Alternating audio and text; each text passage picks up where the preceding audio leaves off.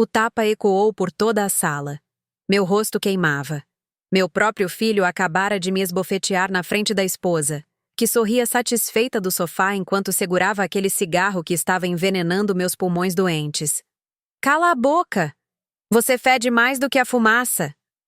Foram as palavras exatas que saíram da boca do meu filho antes de levantar a mão para mim. Eu só tinha pedido com calma, com respeito, que por favor não fumasse dentro de casa, pela minha saúde, pela minha doença respiratória que ele conhecia perfeitamente. Mas para ele, esse pedido simples foi o suficiente para me humilhar da maneira mais brutal que podem imaginar. Minha nora, Sílvia, deu uma risada.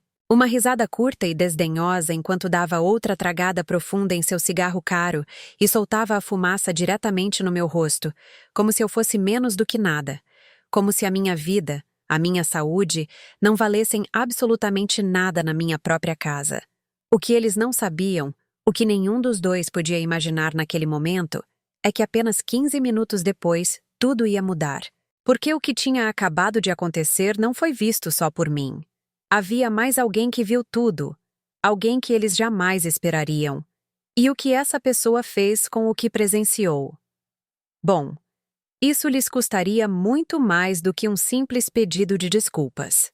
Mas antes de contar como essa história deu uma guinada que deixou meu filho e sua esposa completamente destruídos, deixe-me perguntar algo. De onde vocês estão ouvindo essa história? Rio, São Paulo, Nordeste? Deixem um comentário me dizendo de qual estado nos acompanham.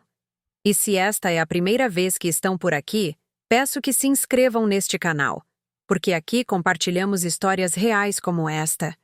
Histórias de pessoas como vocês e como eu, que tiveram que aprender as lições mais duras da vida. Deem like neste vídeo para que o YouTube o recomende a mais pessoas que precisam ouvir estas histórias. Agora sim, deixe-me contar como cheguei a esse momento horrível e, sobretudo, como tudo o que aconteceu depois mudou a minha vida para sempre, porque prometo que o que vem a seguir vai deixá-lo sem palavras. Meu nome é Helena Matos, tenho 62 anos e nunca pensei que chegaria a viver algo assim. Nunca imaginei que o filho a quem dediquei toda a minha vida, por quem sacrifiquei tudo, chegaria a levantar a mão para mim dessa maneira.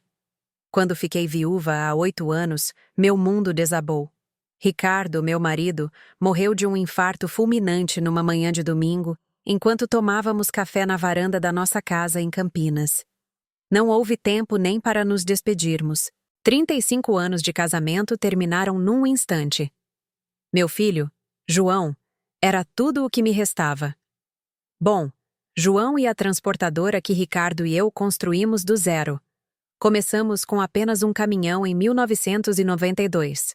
Na época em que Ricardo morreu, tínhamos 12 unidades e contratos com 3 empresas importantes da região. Não éramos milionários, mas vivíamos bem. Muito bem. Após a morte de Ricardo, João insistiu que ele cuidaria do negócio. "Mãe, a senhora descansa. Já trabalhou o suficiente. Deixa que eu toco isso para o pai." Ele me disse com lágrimas nos olhos no funeral. Eu acreditei. Claro que acreditei. Era meu filho, meu único filho. Dei-lhe o controle total da empresa. Assinei todos os papéis que o advogado dele me colocou na frente. Papéis que, segundo ele, eram apenas para formalizar que ele era agora o diretor-geral. Eu confiei. Uma mãe sempre confia no filho, não é? Os primeiros 2 anos após a morte de Ricardo foram difíceis para mim. Caí numa depressão profunda. Mal saía de casa. João vinha me visitar uma vez por semana, sempre rápido, sempre com pressa. "A empresa me mantém ocupadíssimo, mãe", dizia ele. E eu entendia, ou achava que entendia. Foi nessa época que João conheceu Sílvia. Ela trabalhava como secretária numa das empresas clientes. 26 anos, quase 20 anos mais jovem que meu filho. Desde o primeiro dia que a vi, algo no meu estômago se revirou. Ela tinha aquele olhar calculista, mas João estava encantado com ela. Dizia que Sílvia era moderna, independente, diferente de todas. Casaram-se 6 meses depois de se conhecerem. Um casamento pequeno, íntimo, segundo eles. Ofereci-me para pagar parte das despesas, mas João disse que não era necessário. A empresa está indo muito bem, mãe. Nós cuidamos de tudo. Senti-me orgulhosa. Pensei que meu filho realmente estava sendo um bom administrador do negócio da família. No início, Silvia era amável comigo, superficialmente amável. Sorrisos falsos, abraços vazios, mas eu via como ela me olhava quando pensava que eu não estava vendo, como se eu fosse um estorvo, como se a minha existência a incomodasse. Depois do casamento, as visitas de João ficaram menos frequentes. Uma vez a cada 2 semanas, depois uma vez por mês, sempre com desculpas. Silvia e eu temos muitos compromissos. A empresa exige que eu viaje muito. Estamos muito ocupados arrumando nossa nova casa. Há 2 anos fui diagnosticada com DPOC, doença pulmonar obstrutiva crônica.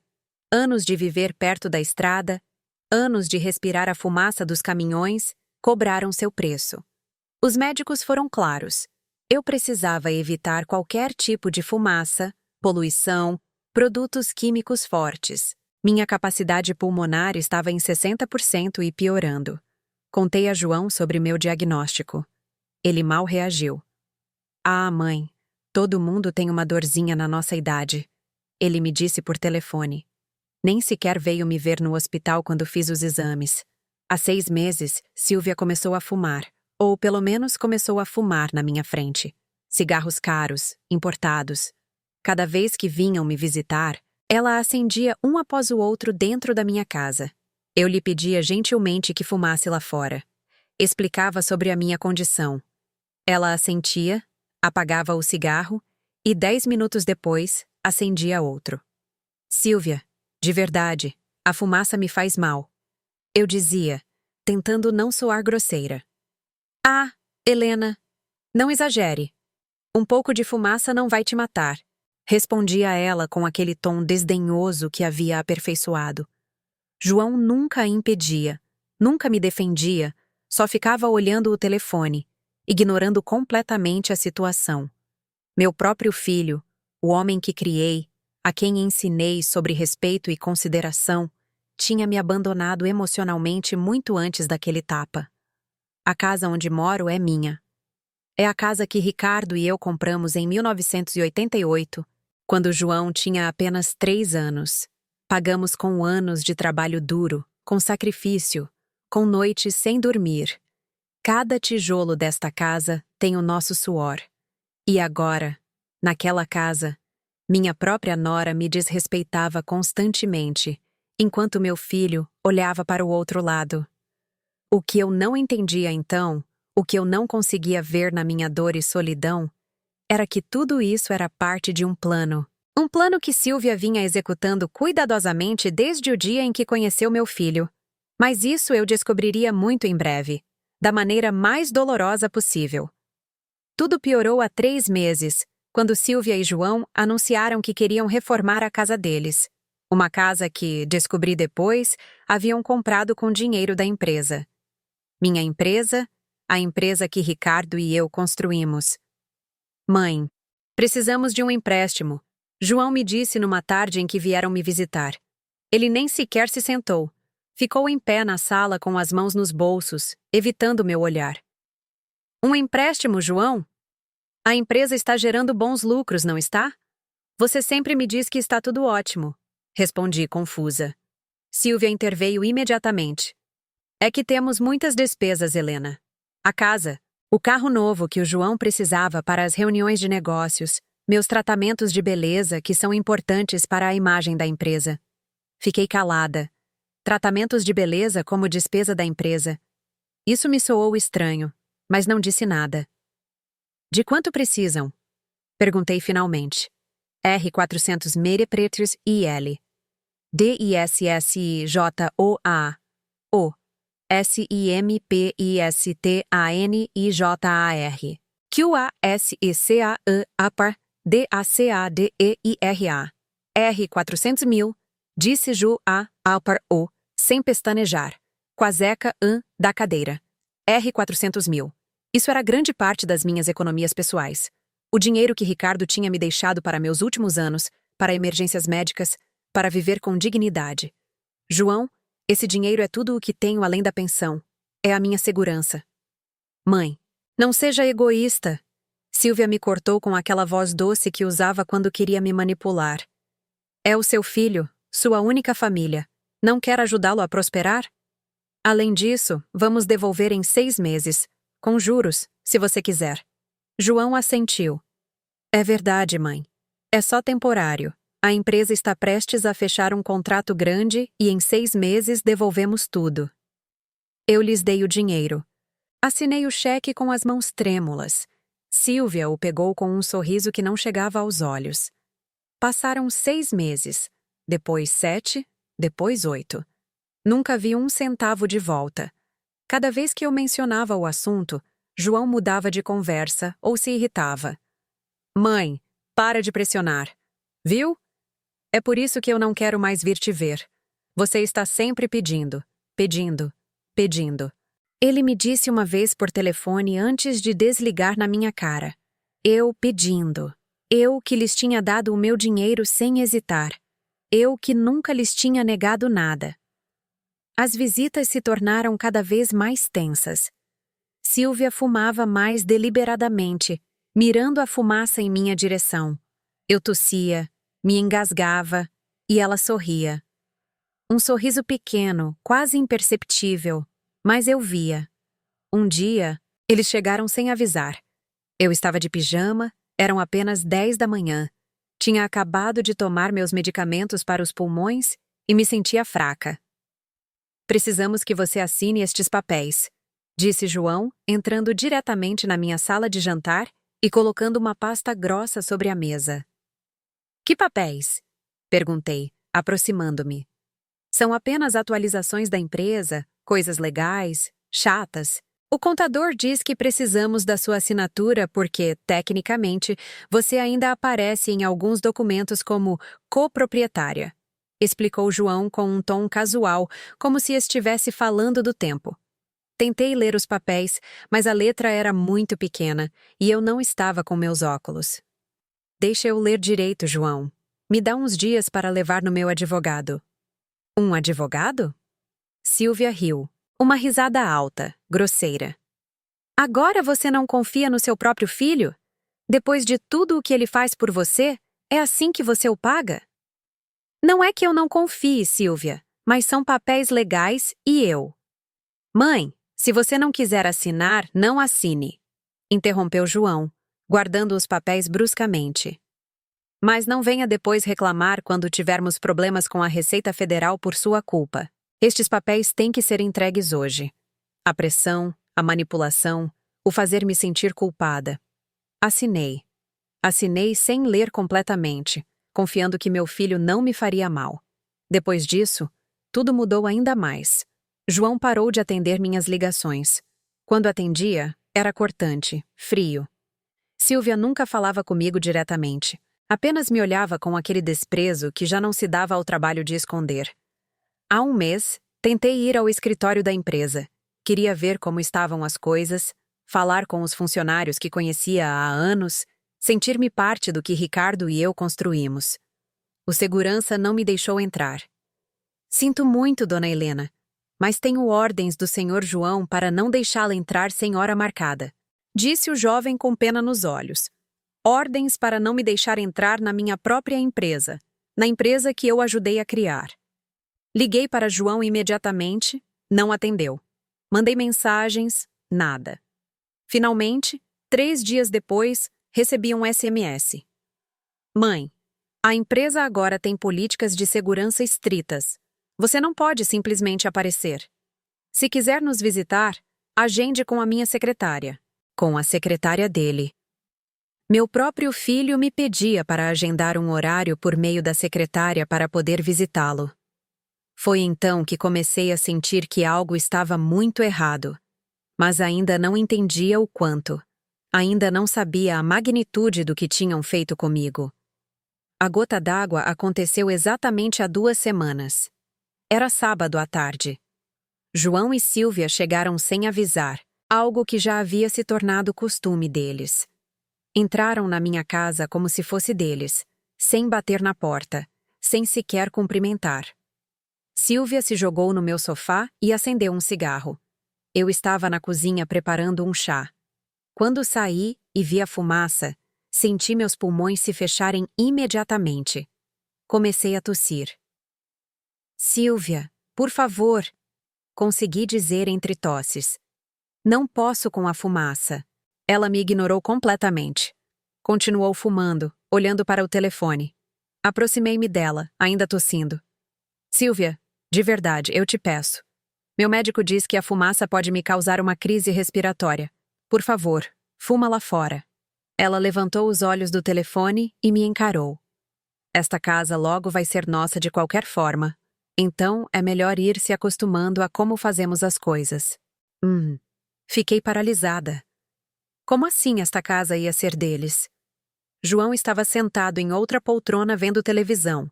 Não disse nada, não me defendeu. Agiu como se não tivesse ouvido o que a esposa acabara de dizer. João, do que a Silvia está falando? Perguntei com a voz trêmula. Mãe, não comece com seus dramas, respondeu ele sem sequer virar para me olhar. Não é drama, João. Ela acabou de dizer que a minha casa vai ser de vocês. O que isso significa? Silvia soltou outra nuvem de fumaça em minha direção. Significa que já é hora de você aceitar a realidade, Helena. Você não é mais jovem. Não pode cuidar de si mesma. Esta casa é muito grande para você sozinha. Esta é a minha casa, eu disse com toda a firmeza que consegui reunir, apesar de estar tossindo. Ricardo e eu a pagamos. Está no meu nome. Silvia sorriu. Aquele sorriso que me gelava o sangue.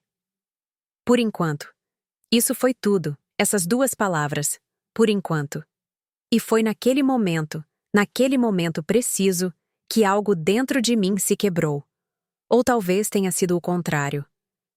Talvez algo dentro de mim finalmente despertou depois de anos de adormecimento, depois de anos de ser passiva, de ser boazinha demais, de confiar demais.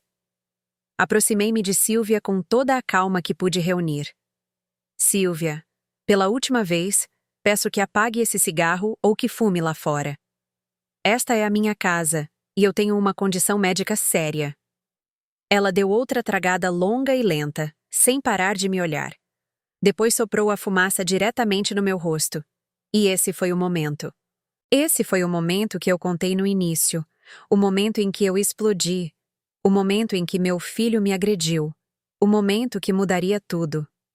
Por favor, Silvia, apaga esse cigarro, repeti com voz firme, mas controlada. Ela me olhou com escárnio. Me obrigue. Silvia, já chega, eu disse, elevando um pouco a voz. Esta é a minha casa, e estou te pedindo com respeito que...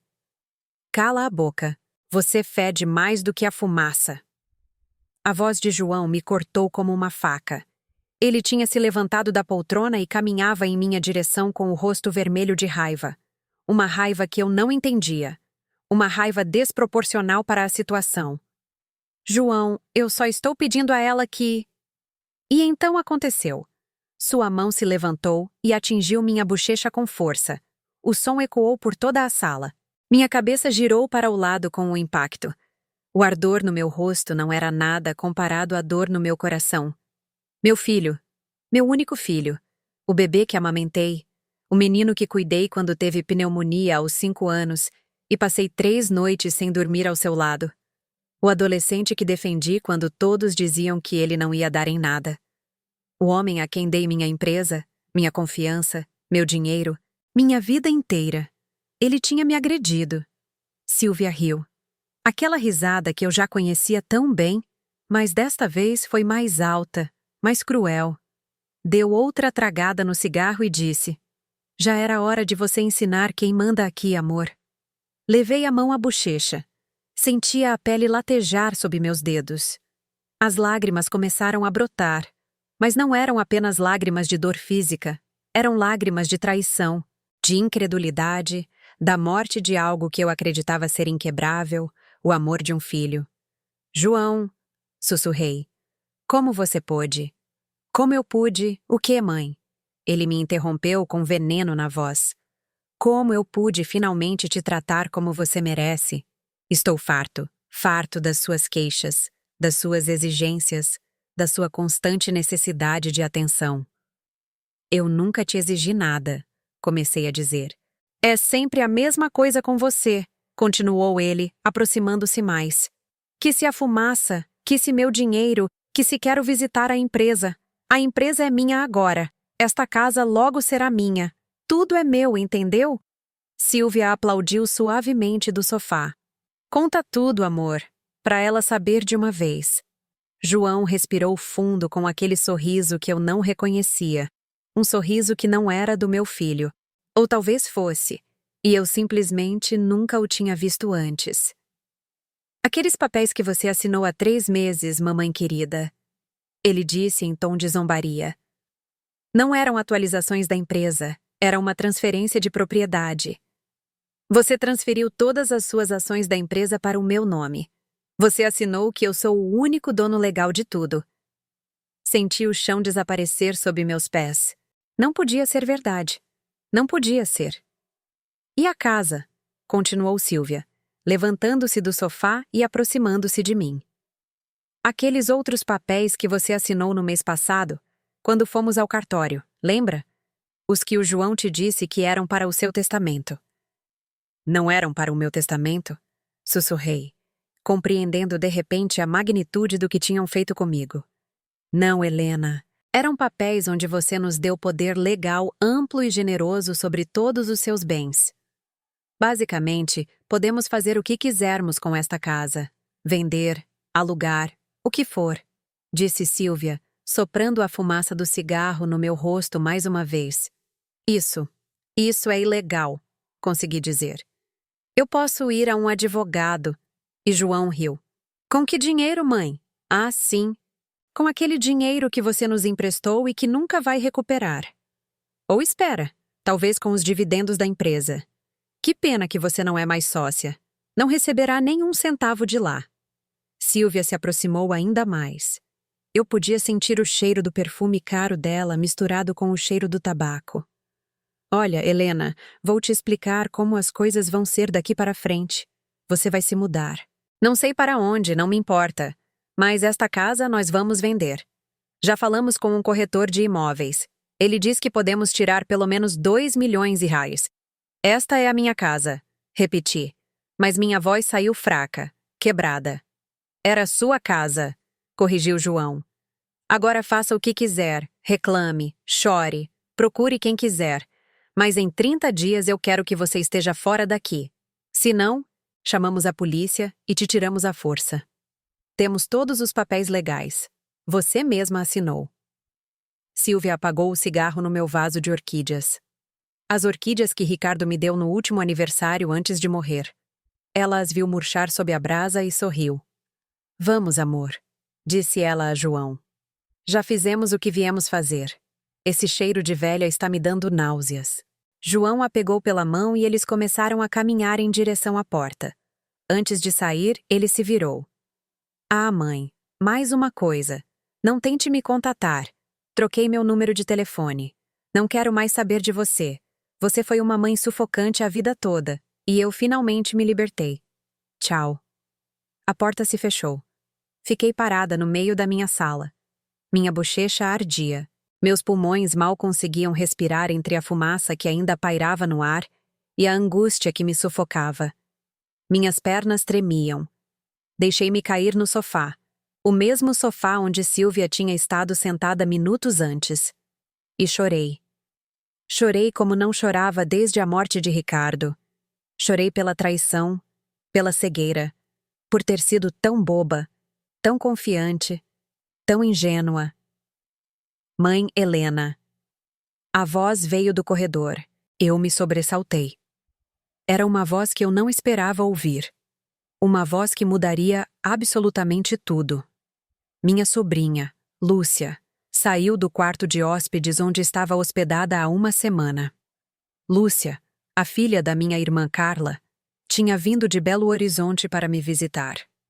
Chegou há 8 dias sem avisar, preocupada porque fazia meses que não tinha notícias minhas. Eu lhe havia dado a chave do quarto de hóspedes e disse que ela podia ficar o tempo que quisesse. Lúcia é advogada. Advogada especializada em direito de família e fraude patrimonial. Mãe Helena, disse ela, aproximando-se de mim com o rosto pálido. Eu ouvi tudo. Eu gravei tudo. Ela levantou o celular. Na tela eu podia ver que ela estava gravando áudio. 47 minutos de gravação. Eu estava no meu quarto trabalhando no meu notebook, explicou Lúcia com a voz trêmula. Ouvi que eles chegaram e os gritos. Ouvi quando ele te bateu. Saí para o corredor e vi tudo, tudo, mãe Helena. E eu gravei. Gravei cada palavra, cada ameaça, cada confissão. Fiquei olhando para ela, sem conseguir processar o que estava dizendo. Mãe Helena, continuou Lúcia, ajoelhando-se na minha frente e pegando minhas mãos. O que eles fizeram você assinar sob engano e manipulação é completamente ilegal. É fraude patrimonial. É abuso de confiança. E agora, com esta gravação, onde eles mesmos confessam tudo, onde ficou registrada a violência física de João contra você, nós temos tudo o que precisamos. Tudo o que precisamos para quê? Perguntei com a voz embargada. Lúcia me olhou com uma determinação que eu não via há anos. Nos olhos dela, vi algo que eu tinha perdido há muito tempo. Fogo, coragem, justiça. Para destruí-los legalmente, disse ela com calma absoluta. Para recuperar tudo o que te roubaram e para garantir que paguem por cada coisa horrível que te fizeram. Senti algo se mover dentro de mim, algo que estava adormecido por tempo demais. Não era mais apenas tristeza, não era mais apenas dor, era raiva. Mas não uma raiva quente e impulsiva. Era uma raiva fria, calculista. A raiva de uma mulher que finalmente havia acordado depois de anos de ser pisoteada. A raiva de uma mãe traída que já não tinha nada a perder. Conta-me o que mais você ouviu, eu disse a Lúcia, enxugando as lágrimas. Conta-me tudo e depois me diz exatamente o que vamos fazer. Lúcia sorriu. Foi um sorriso pequeno, mas cheio de promessas. Mãe Helena, disse ela. Quando eu terminar com eles, eles vão desejar nunca ter te conhecido. E assim começou o meu despertar. Assim começou a minha verdadeira história. Porque o que João e Silvia não sabiam, o que nunca puderam imaginar, era que eu não estava tão sozinha quanto eles pensavam. Não estava tão desprotegida e definitivamente não estava tão derrotada. Eles haviam cometido o maior erro de suas vidas e estavam prestes a pagar por isso de maneiras que nem nos piores pesadelos haviam imaginado. Naquela noite eu não dormi. Lúcia e eu ficamos acordadas até às 4 da manhã, sentadas na minha sala de jantar com o notebook dela aberto e dezenas de documentos espalhados sobre a mesa. Primeiro, preciso que você me mostre todos os papéis que assinou, me disse Lúcia com sua caderneta de anotações profissional aberta. Tudo, cada documento, cada contrato, cada coisa que João te colocou na frente nos últimos anos. Fui ao meu escritório e peguei meu arquivo. Estava tudo lá. Eu sempre fui organizada com papéis importantes, algo que Ricardo tinha me ensinado. Cópias de tudo o que eu tinha assinado, mesmo quando não entendia completamente o que era. Lúcia revisou cada documento com cuidado. Seus olhos moviam-se rapidamente pelas páginas, fazendo anotações, marcando seções com marca-texto amarelo. De vez em quando, ela murmurava coisas como: "Isto não pode ser legal", ou "Aqui há uma irregularidade clara". Depois de 2 horas revisando, ela levantou a cabeça. "Mãe Helena, isto é pior do que eu pensava", ela disse. "Mas também é melhor do que eu esperava." "Como pode ser as duas coisas?" perguntei confusa. "É pior porque, de fato, eles te despojaram de quase tudo. A empresa, tecnicamente, já está apenas em nome de João, e estes papéis da procuração sobre a casa são reais, e estão bem feitos, legalmente falando", explicou ela. Meu coração afundou, mas Lúcia continuou com um pequeno sorriso. "É melhor porque estes papéis têm vícios ocultos. Você assinou sob engano. João e Silvia mentiram sobre o que você estava assinando e, além disso, olhe isto." Ela apontou para uma das transferências da empresa. Aqui diz que você transferiu voluntariamente todas as suas ações para João, mas eu já vi transferências de ações 1000 vezes na minha carreira. Quando são voluntárias e legítimas, sempre há um documento de compensação, um pagamento, uma renda vitalícia, algo. Aqui não há nada. Zero compensação. Nenhum contador ou advogado honesto teria permitido que isso fosse processado assim, a menos que tivesse havido incentivos para olhar para o lado. O que isso significa? Perguntei. Significa que quem preparou estes documentos provavelmente sabia que algo não estava certo. E isso nos dá pontos de ataque legal, disse Lúcia, escrevendo anotações rapidamente. Mas há mais. Olhe a data destes papéis da empresa. Eu olhei. 15 de março deste ano. Agora olhe a data destes outros papéis, os da procuração sobre a casa, continuou ela. 22 de abril deste ano. Você vê o padrão? Tudo foi executado num período muito curto de tempo, 2 meses, como se fosse uma campanha coordenada para te despojar de tudo sistematicamente. Isso não é casualidade, isso é premeditação. E a premeditação sempre trabalha a nosso favor no tribunal. Lúcia fechou o notebook e olhou diretamente para mim. Mãe Helena, com a gravação de hoje, onde eles confessam que te enganaram, mais estes documentos que mostram um padrão de despojo sistemático, mais o fato de ter ficado registrada a agressão física de João contra você, nós temos um caso sólido, muito sólido. Mas o que podemos fazer? Perguntei, sentindo pela primeira vez em meses uma faísca de esperança. Vamos destruir o mundo deles peça por peça, disse Lúcia com calma. Mas temos que ser inteligentes. Eles pensam que já venceram. Pensam que você está derrotada, sozinha, sem recursos. Precisamos que eles continuem pensando isso enquanto nós preparamos tudo. O que você propõe?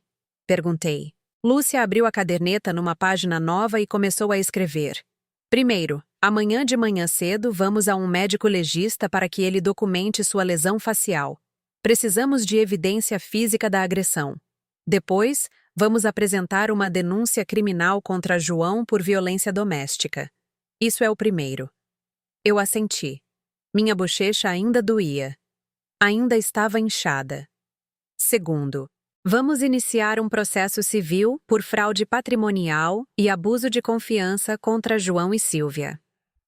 Com a gravação que eu tenho, onde eles mesmos admitem que te enganaram, mais estes documentos, mais seu testemunho, vamos solicitar a anulação de todas as transferências que você fez.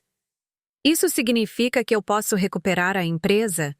Perguntei, sentindo as lágrimas voltarem aos meus olhos. Mas desta vez eram lágrimas diferentes. Não apenas a empresa, mãe Helena. Vamos recuperar tudo. A empresa, a sua casa.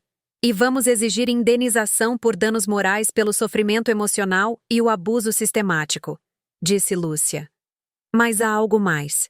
Ela se inclinou para a frente, baixando a voz como se alguém pudesse estar ouvindo. Estive revisando os números da empresa nos registros públicos. João declarou lucros este ano de quase 8 milhões de dólares. Mas se a empresa tem apenas 12 caminhões e os contratos que você mencionou, esses números não batem, estão muito inflacionados. Ou há algo mais que não estamos vendo? O que você quer dizer? Perguntei. Quero dizer que precisamos de um contador forense para auditar a empresa. Eu aposto o que for que João tem feito algo ilegal. Evasão fiscal, notas frias, algo. E quando o encontrarmos, você não só recuperará sua empresa, ele poderá enfrentar acusações criminais federais junto à Receita Federal. O plano de Lúcia era meticuloso, brilhante e absolutamente devastador para João e Silvia. Mas, mãe Helena, isto é crucial, disse ela pegando minhas mãos. Durante as próximas semanas, eles não podem saber que estamos fazendo tudo isso. Preciso que você haja exatamente como eles esperam que você haja. Como eles esperam que eu haja? Perguntei. Derrotada, assustada, submissa. Se João tentar te contatar, não mencione advogados, nem processos, nem nada legal. Apenas haja triste e confusa. Precisamos que eles se confiem. que pensem que realmente vão se safar, explicou Lúcia. E quanto à casa? Disseram que em 30 dias querem que eu saia. Lembrei. Lúcia sorriu. Deixa que venham em 30 dias. Para então, já teremos apresentado todas as ações. Já teremos bloqueado legalmente qualquer transação sobre esta propriedade. E quando chegarem aqui esperando te encontrar empacotando suas coisas, vão se deparar com uma ordem judicial que os proíbe de se aproximarem de você ou desta casa. Durante os dias seguintes, seguimos o plano à risca. Na segunda-feira de manhã, fomos ao médico legista. O médico tirou fotografias do meu rosto, documentou o inchaço, mediu o hematoma, perguntou-me exatamente o que havia acontecido e escreveu cada detalhe em seu laudo. Dona Helena, me disse o médico com gentileza. Isto é agressão física clara. As marcas são consistentes com um golpe de mão aberta com força considerável. A senhora tem o direito de apresentar queixa. Eu sei, doutor, respondi, e vou fazê-lo. Na terça-feira, Lúcia e eu fomos ao Ministério Público. Apresentamos a denúncia formal contra João por violência doméstica. O promotor ouviu meu testemunho. Revisou o laudo médico e ouviu fragmentos da gravação de Lúcia. Isto é suficiente para uma medida protetiva de urgência imediata, disse o promotor. Seu filho não poderá se aproximar da senhora, nem do seu domicílio. Se o fizer, será preso. Assinei todos os documentos necessários. A medida protetiva entraria em vigor em 48 horas. Na quarta-feira, nos reunimos com o contador forense que Lúcia havia contratado. Demos a ele acesso a toda a informação pública da transportadora.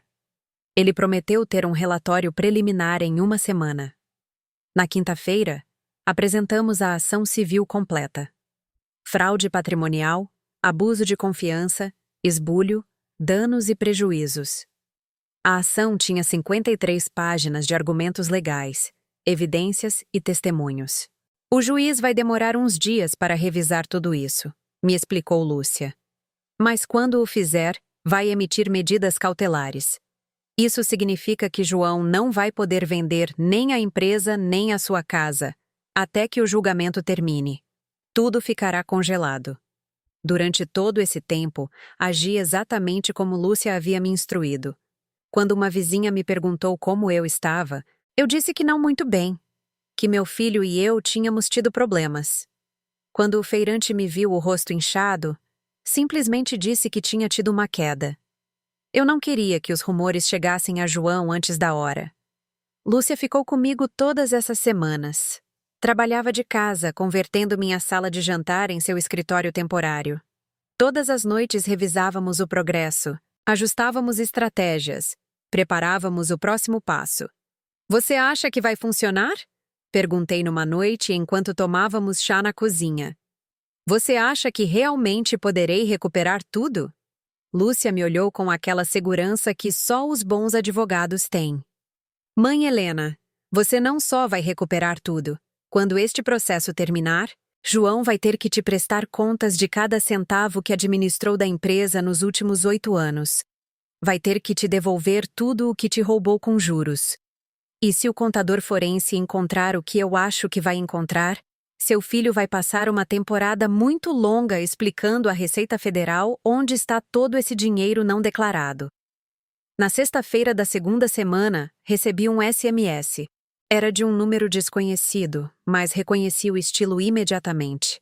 Era João. Mãe, espero que já esteja procurando onde morar. Faltam 2 semanas. Não me faça chamar a polícia para te tirar. Mostrei a mensagem a Lúcia. Ela sorriu. Perfeito. Ele está confiante. Continua pensando que tem todo o poder. Ela disse. Não responda. Deixe-o pensar que você está assustada e obedecendo. Não respondi. 3 dias depois, o contador forense nos chamou para uma reunião urgente. Lúcia e eu fomos ao escritório dele no centro da cidade. Dona Helena, disse o contador abrindo o notebook. Encontrei exatamente o que sua sobrinha suspeitava, e é muito pior do que pensávamos. Ele nos mostrou planilhas, registros bancários, notas fiscais. Seu filho tem operado um esquema de notas frias há pelo menos 3 anos. Criou empresas fantasma que vendem serviços para a sua transportadora, serviços que nunca existiram, e tem usado essas notas falsas para evadir impostos em quase R3MUILADA ou IS, FEQUEESEMAR, MASHAMAIS, CONTINUOUOCONTADOR.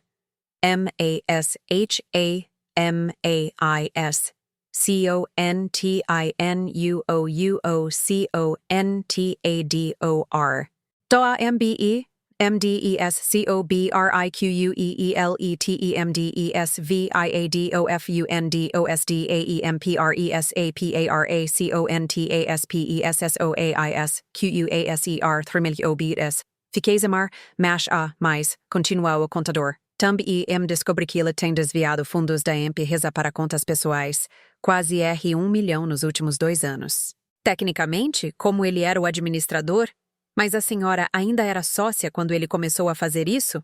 Isso é peculato corporativo. Lúcia estava fazendo anotações furiosamente. O senhor tem evidência documentada de tudo isso? Tenho tudo, respondeu o contador, entregando-nos um pendrive. Suficiente para que a Receita Federal abra uma investigação criminal completa e suficiente para que a sua ação civil se torne muito, muito maior. Naquela noite, Lúcia atualizou a ação civil, adicionou os achados do contador, acrescentou novas acusações. O número na seção de danos e prejuízos cresceu consideravelmente. Você está pronta para isto, mãe Helena? Lúcia me perguntou quando terminou de imprimir todos os novos documentos. Uma vez que entreguemos isto ao juizado amanhã, não há mais volta. João vai saber que o estamos processando. Ele vai ficar furioso. Pensei em todos os anos de sacrifício. Pensei em Ricardo e como ele teria lidado com isso. Pensei em cada vez que João me ignorou, cada vez que Silvia me humilhou, cada mentira que me contaram. Pensei naquele tapa no meu rosto. Estou pronta, eu disse com firmeza. Estou mais do que pronta. Lúcia assentiu. Então, amanhã tudo muda. Amanhã passamos da defesa para o ataque. E eu te prometo, mãe Helena, que quando isso terminar, João vai desejar nunca ter te traído. Eram 11 da noite quando finalmente fomos dormir. Mas antes de apagar a luz, olhei-me no espelho do meu quarto. O hematoma na minha bochecha já estava desaparecendo, mas algo nos meus olhos havia mudado permanentemente. Eu não era mais a Helena submissa e confiante que tinha sido a vida toda. Eu era alguém novo, alguém mais forte, alguém que tinha aprendido que o perdão tem limites e que família não é desculpa para o abuso. Amanhã João e Silvia receberiam a notificação de todas as ações. Amanhã, eles descobririam que a mulher que pensavam ter destruído estava muito, muito viva. E amanhã começaria o verdadeiro pesadelo deles. O dia em que João recebeu as notificações judiciais foi exatamente 2 semanas antes do prazo que ele havia me dado para desocupar a casa. Lúcia e eu estávamos na sala quando meu telefone tocou. Número desconhecido. Coloquei no viva voz. Mãe, que diabos é isso? A voz de João soava histérica. Eu podia ouvir Silvia gritando algo no fundo. Olá, João! Respondi com toda a calma do mundo. Lúcia tinha me treinado para este momento. Do que você está falando? Não se faça de estúpida. Acabei de ser notificado de 3 ações. 3! Como você se atreve? Como você se atreve depois de tudo o que fiz por você?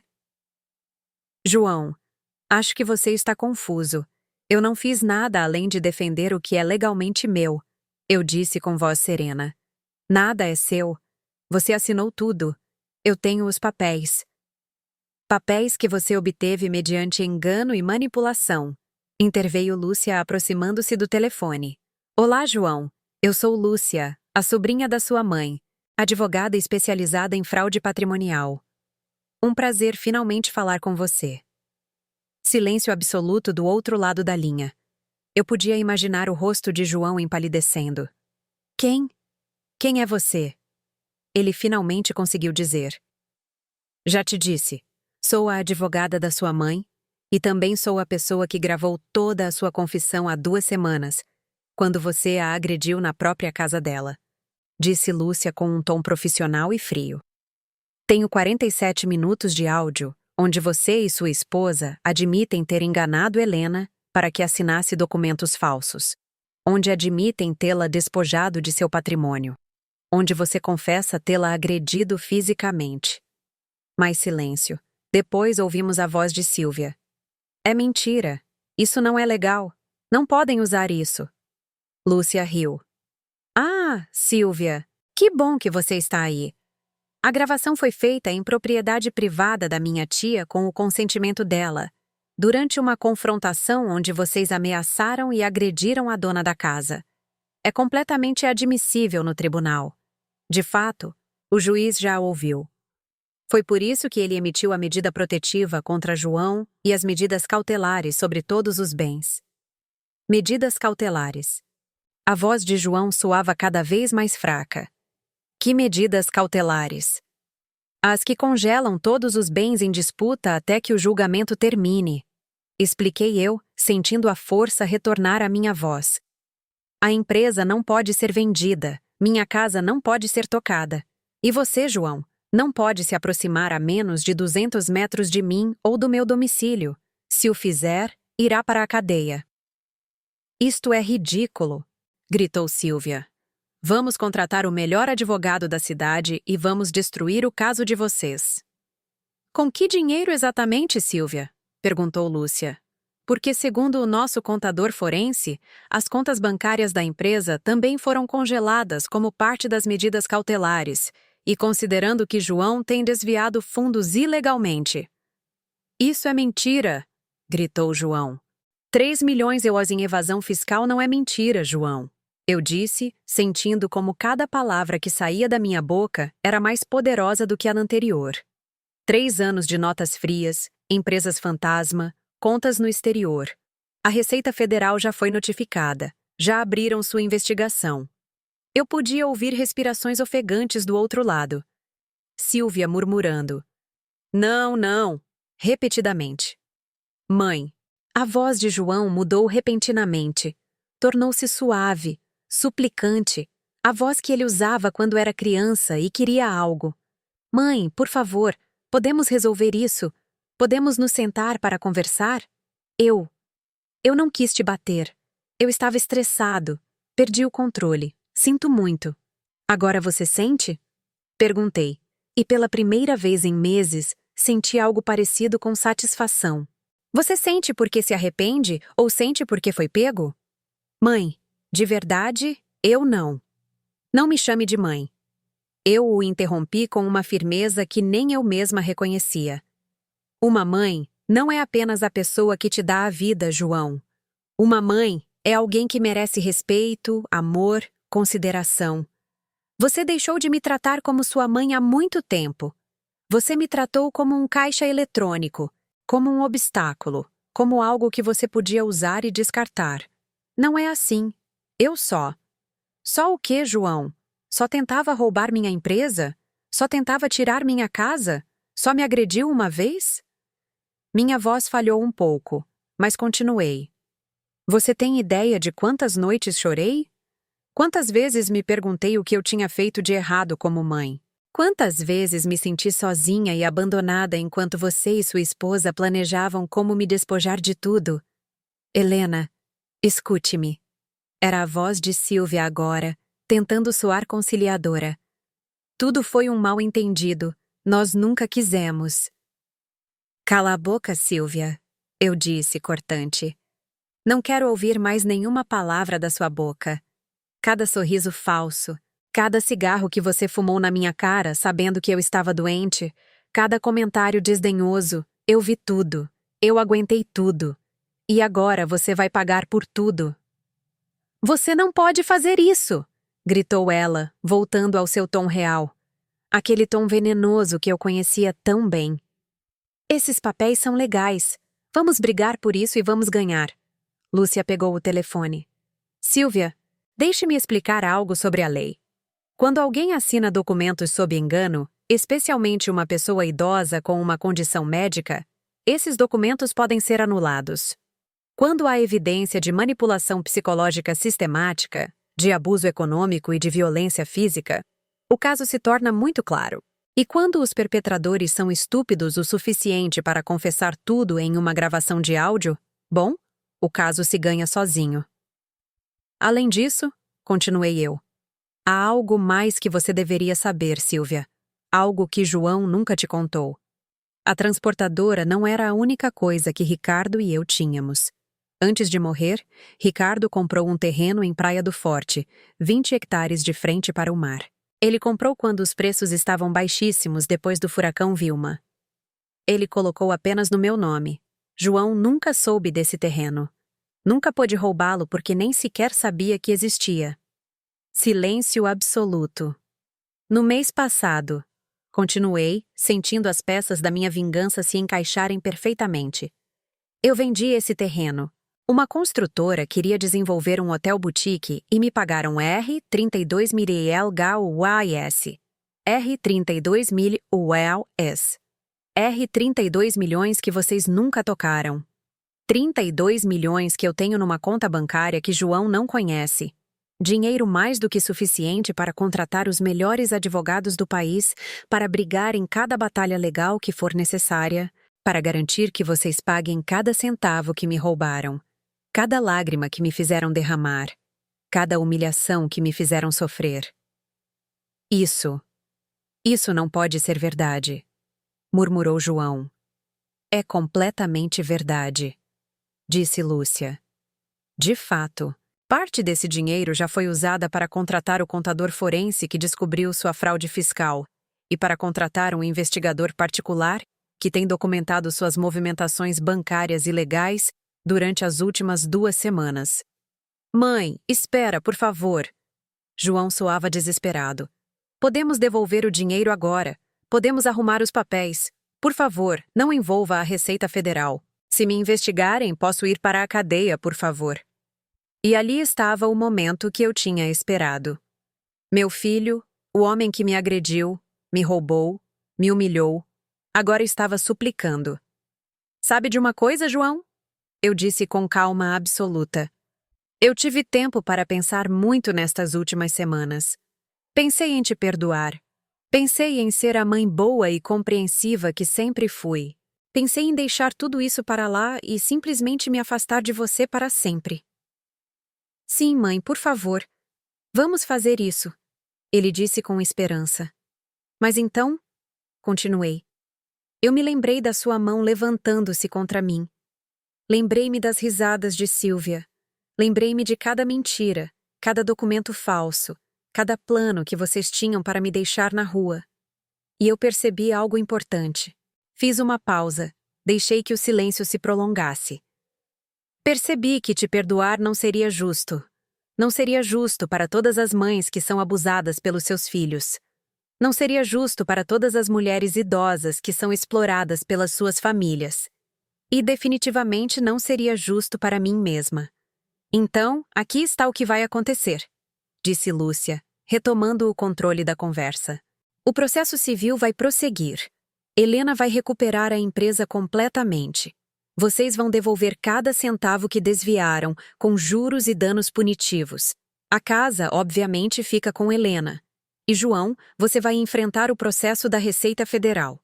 Se cooperar e devolver o que sonegou, talvez sejam apenas multas enormes.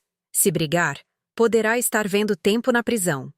E Silvia, acrescentei eu, sugiro que você consiga um bom advogado porque você também está sendo processada. Lúcia descobriu que você era quem gerenciava as empresas fantasma. Seu nome está em todos os documentos das notas falsas. Então, você não é apenas a esposa do acusado. Você é cúmplice direta. O grito que Silvia soltou foi quase satisfatório. Quase. Nós vamos nos ver no tribunal, disse Lúcia. A primeira audiência é em 10 dias. Sugiro que usem esse tempo para conseguir representação legal. Vão precisar. Ah, e João, eu disse antes de desligar. Mais uma coisa. Seu pai estaria tão envergonhado de você. Ricardo te criou para ser um homem de honra, para cuidar da família, para construir, não para destruir. O homem em que você se transformou não é o filho que ele sonhou, E definitivamente não é o homem que merece carregar o sobrenome dele.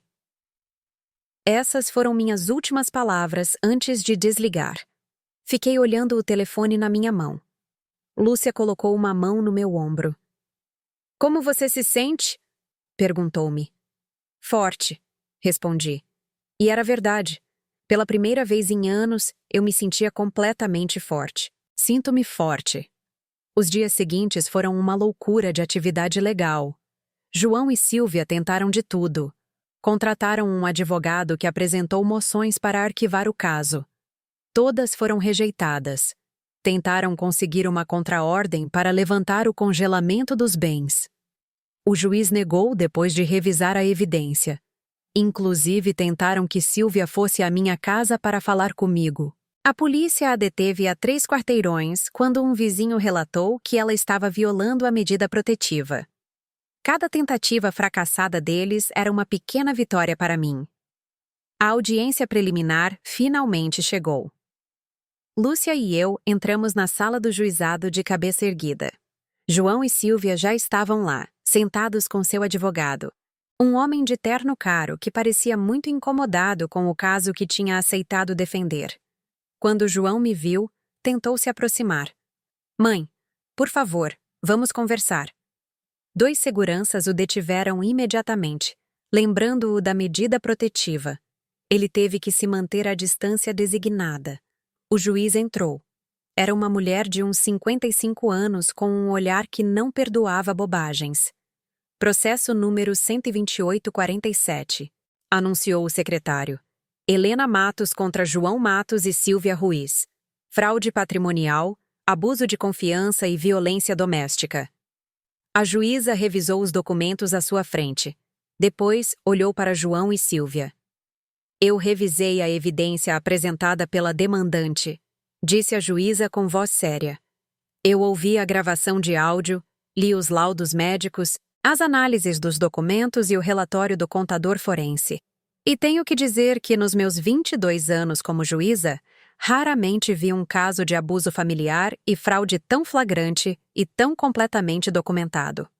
O advogado de João se levantou. Meritíssima, meu cliente. Sente-se, cortou a juíza. Eu terei tempo para ouvir seus argumentos. Por enquanto, estou estendendo todas as medidas cautelares por mais 6 meses. Os bens permanecem congelados, a medida protetiva permanece em vigor, e estou ordenando uma auditoria completa da empresa por um contador designado pelo tribunal. Silvia começou a chorar. Lágrimas dramáticas, falsas, exatamente o tipo de atuação que eu tinha visto 1000 vezes. A juíza a olhou sem simpatia. Senhora Ruiz, se está tentando gerar compaixão com esse choro, sugiro que o reserve para sua defesa. Vai precisar. A audiência continuou por 2 horas. Lúcia apresentou cada peça de evidência meticulosamente. Os documentos falsos, a gravação, os relatórios financeiros, tudo. O advogado de João tentou argumentar que eu havia assinado voluntariamente, que não havia evidência de engano, que tudo era um mal-entendido familiar. Então, Lúcia reproduziu a gravação na sala, a voz de João dizendo: Aqueles papéis que você assinou há 3 meses, mamãe querida, não eram atualizações da empresa. Era uma transferência de propriedade. O rosto do advogado de João ficou pálido. Claramente, João não havia lhe contado sobre essa gravação. Quando a audiência terminou, a juíza deu seu parecer preliminar. Há evidência suficiente para prosseguir com o julgamento completo. A data fica estabelecida para daqui a 2 meses. Enquanto isso, as medidas cautelares permanecem. Senhor Matos, sugiro veementemente que considere um acordo, porque se este caso chegar a julgamento completo com a evidência que acabei de ver, não só o senhor vai perder civilmente, como também vai enfrentar acusações criminais que podem resultar em prisão. Saímos da sala. João tentou me seguir com o olhar, mas eu não virei. Não lhe dei esse poder sobre mim. Fora do juizado, Lúcia me abraçou. Você fez tudo perfeito, mãe Helena. Tudo saiu exatamente como esperávamos. E agora, o que acontece? Perguntei. Agora esperamos. João tem duas opções: brigar e perder tudo, incluindo a liberdade, ou negociar, devolver o que roubou e talvez, apenas talvez, evitar a prisão. E se ele brigar? Perguntei. Lúcia sorriu. Então o destruímos completamente no tribunal e eu garanto pessoalmente que ele passe um tempo na cadeia por fraude. Naquela noite, de volta à minha casa, sentei-me na sala, a mesma sala onde João havia me agredido, mas agora era diferente. Não era mais o cenário da minha humilhação. Era o lugar da minha ressurreição. Meu telefone tocou. Número privado. Atendi. Helena. Era a voz de João, mas soava quebrada, derrotada. Você ganhou. Não se tratava de ganhar ou perder, João, respondi. Tratava-se de justiça. O que você quer que eu faça? Perguntou ele com voz cansada. Quero que devolva tudo, a empresa, o dinheiro desviado, tudo. Quero que pague por seus crimes fiscais e quero que desapareça da minha vida para sempre. E se eu fizer isso, você retira as acusações criminais? Perguntou com um fio de esperança. Pensei. Pensei em toda a dor, em todas as lágrimas, naquele tapa que eu ainda sentia, embora o hematoma tivesse desaparecido. Se você devolver tudo e cooperar completamente com a Receita Federal, eu pedirei a Lúcia para não buscar acusações criminais adicionais. Mas a acusação de violência doméstica já está no sistema. Isso eu não posso apagar. Você terá que lidar com as consequências de ter levantado a mão contra sua mãe. Silêncio longo. De acordo. Finalmente disse. Meu advogado entrará em contato com o seu amanhã para começar as negociações. Mais uma coisa, João. Eu disse antes que ele desligasse. Nunca mais me ligue, nunca mais me procure, nunca mais apareça na minha vida. A partir de hoje, você e eu somos estranhos. Entendido. Entendido, sussurrou. Desliguei e naquele momento senti algo que não sentia há anos. Paz. Passaram-se 6 meses desde aquela audiência. 6 meses desde que minha vida mudou por completo. O processo legal levou exatamente 8 semanas mais depois daquela ligação com João. O advogado dele e Lúcia negociaram cada detalhe do acordo. No final, João aceitou devolver a empresa completa em meu nome com todas as contas, ativos e contratos. Teve que pagar R4MEIL KO ISEMCOMPENSACECR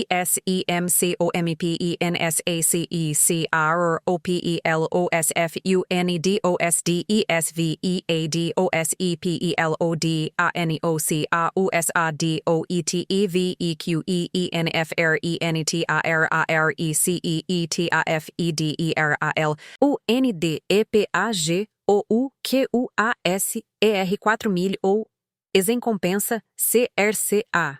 Ou pelos fundos desviados e pelo dano causado, e teve que enfrentar a Receita Federal, onde pagou quase R$ 2 milhões em multas e impostos atrasados para evitar acusações criminais federais.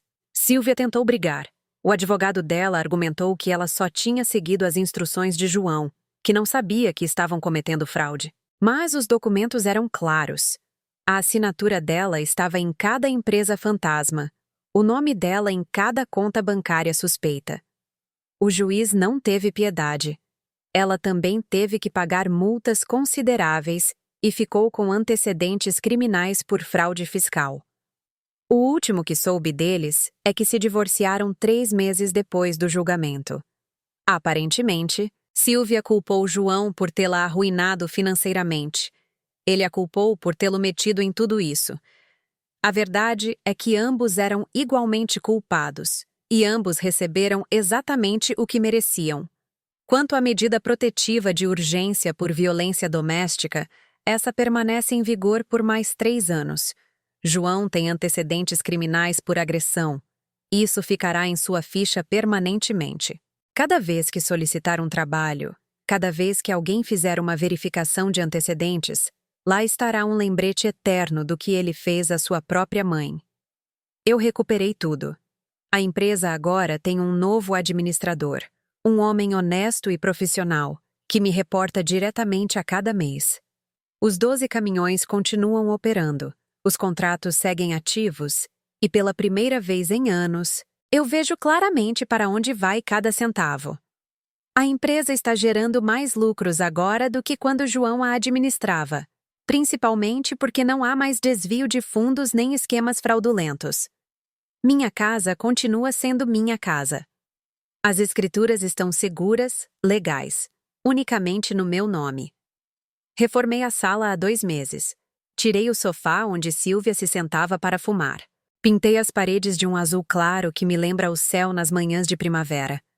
Eu não queria mais nada nesta casa que me lembrasse daqueles dias sombrios.